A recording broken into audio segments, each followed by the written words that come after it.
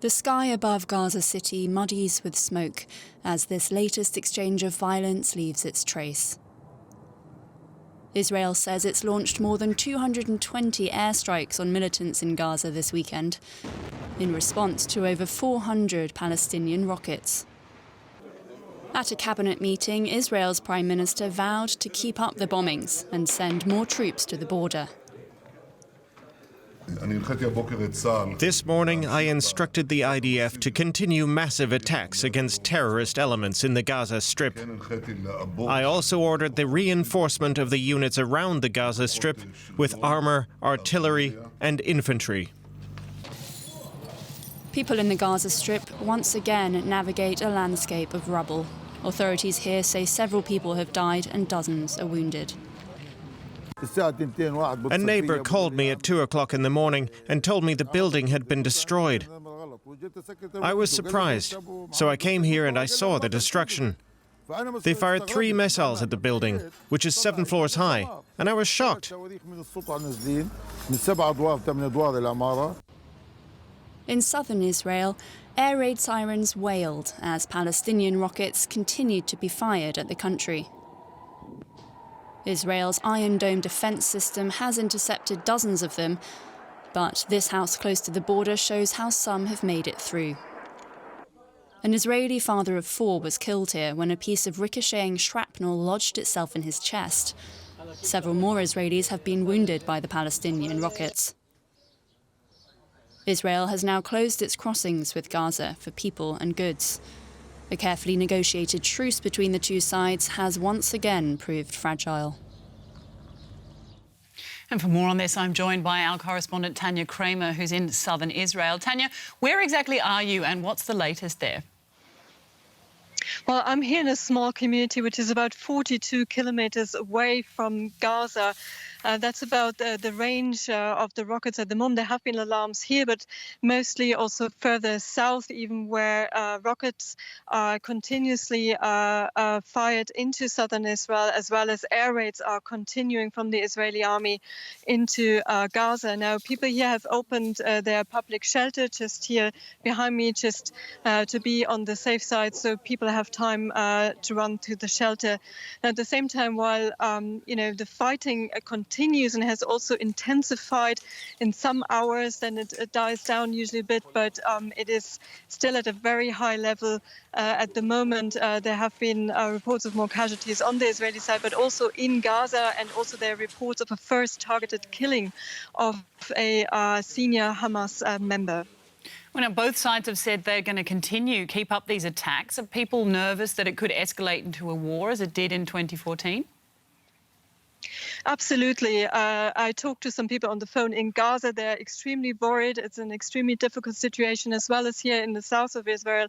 It has been going on since Saturday morning, and those situations could always escalate further. We have heard Prime Minister Netanyahu saying that he ordered the army for a very harsh response. He's also under a lot of pressure to do so. At the same time, there has been a statement by the Joint Command of Islamic Jihad and Hamas saying as long as airstrikes continue on Gaza, as well as the continuing blockade on Gaza, they will continue defending themselves, as they put it. So there's always that sense that it could go further. And of course, all eyes are on the Egyptians. They have in previous times mediated, and we know that a delegation of Hamas and Islamic Jihad is actually in Cairo this week. So there are all eyes on them, whether they can calm down the situation this time. Well, just briefly talk us through what sparked this latest outbreak in violence. Well, there has been a period of relative calm around the Israeli elections because Egypt had brokered some sort of understandings between Israel and Hamas, but that calm has broken down now. Also, there had been some frustration reports coming out of Gaza because the implementation of these understandings had not been followed up. So that's the view from Gaza. Now, this week, tensions had risen, and on Friday, during the Friday protests, there had been some incidents, so that caused certainly also this latest round here of violence that we are seeing. Tanya Kramer in southern Israel, thank you. I'm joined on the phone by Hazem Balusha, a journalist in Gaza City. Hazem, thanks for joining me. We spoke earlier to our correspondent in southern Israel, but you're in Gaza. What's the situation there right now? Well, the bombardment and the shelling is continuing in Gaza. The Israeli jets and artilleries and navy boats are shelling from the western and eastern and from the air on several targets.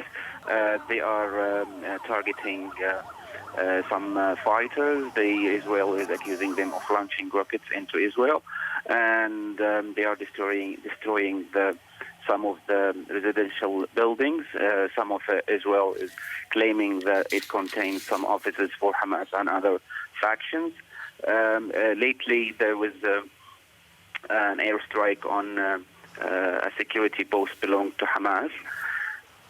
In the same time, that in the morning, the Palestinians they buried the bodies of at least 11 people were killed and over 100 were injured. They buried the bodies and in a funeral in various cities of Gaza Strip.